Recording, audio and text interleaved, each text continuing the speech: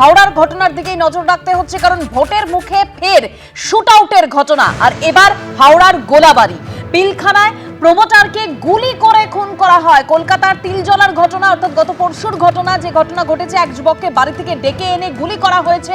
আর সেই ঘটনার পর এবার হাওড়ার গোলাবাড়িতেও শুট আউটের ঘটনা। হেঁটে এসে প্রমোটারকে গুলি করে দুষ্কৃতীরা। সেই সিসি ক্যামেরায় হাড়হিম করা ফুটেজ ধরা পড়েছে।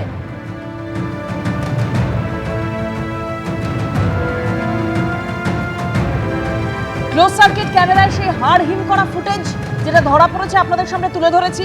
হেঁটে এসে প্রমোটারকে গুলি করে দুষ্কৃতীরা।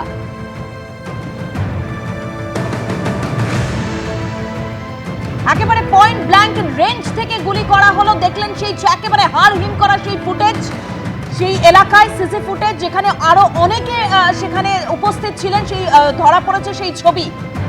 প্রমোটারের মাথা ও বুক ফুঁড়ে বেরিয়ে যায় বুলেট।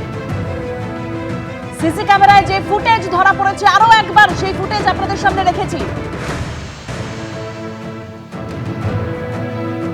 হেঁটে এসে প্রমোটারকে গুলি করে দুষ্কৃতীরা। সেখানে আরো অনেক লোক সেই সময় উপস্থিত ছিলেন। আপনারা দেখতে পাচ্ছেন সেই এলাকার ছবি। একেবারে পয়েন্ট ব্ল্যাঙ্ক রেঞ্জ থেকে গুলি করা হয়।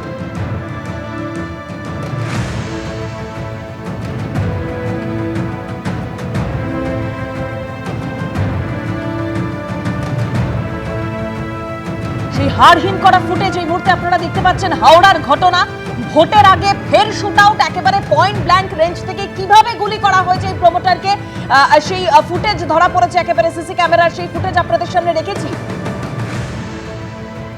সরাসরি চলে যাব, আরো বিস্তারিত আমরা জানবো। আমাদের প্রতিনিধি সুনীত হালদার এই মুহূর্তে আমাদের সঙ্গে রয়েছেন। সুনীত,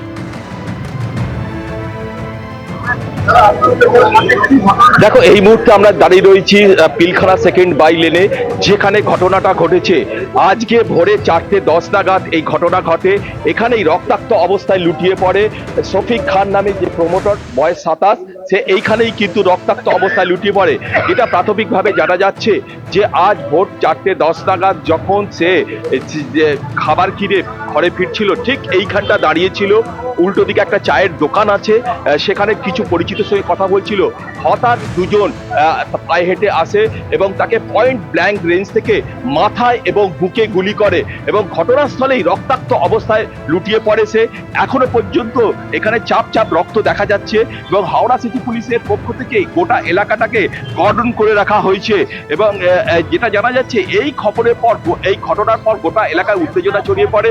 স্থানীয় বাসিন্দারা খবর দেয় গোলাবাড়ি থানায়। ঘটনাস্থলে ছুটে আসে গোলাবাড়ি থানার পুলিশ এবং তাকে যখন নিয়ে হাওড়া জেলা হাসপাতালে নিয়ে যায়, তখন তাকে চিকিৎসক মৃত বলে ঘোষণা করে। প্রাথমিকভাবে জানা যাচ্ছে এলাকারই দুই যুবক, রোহিত এবং হারুন খান, তারা কিন্তু এই ঘটনার সঙ্গে সরাসরি যুক্ত। সিসিটিভি থেকে সেটাই দেখা যাচ্ছে। তার সঙ্গে এই প্রমোটার শফিক খানের দীর্ঘদিনের শত্রুতা ছিল এবং পুরনো শত্রুতার জেরেই এই খুন বলে প্রাথমিকভাবে পুলিশ মনে করছে। এবং এই ঘটনার পর এলাকার বাসিন্দারা যথেষ্ট আতঙ্কিত।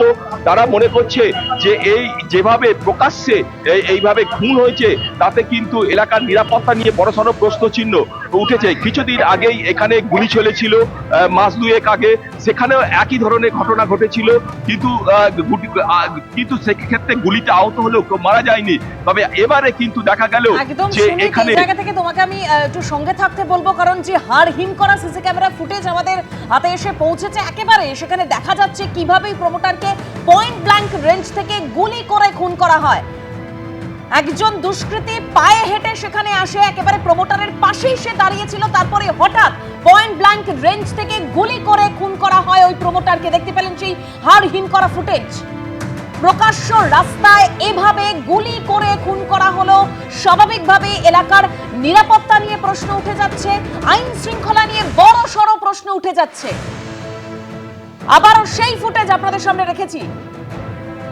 দুষ্কৃতী একদম প্রমোটারের পাশেই সেই দুষ্কৃতী দাঁড়িয়ে রয়েছে, আপনারা দেখতে পাচ্ছেন। একদম পয়েন্ট ব্ল্যাঙ্ক রেঞ্জ থেকে কিভাবে গুলি করে খুন করা হলো দেখতে পেলেন সেই ছবি।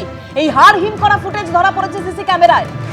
এবিপি আনন্দ, এগিয়ে থাকে, এগিয়ে রাখে।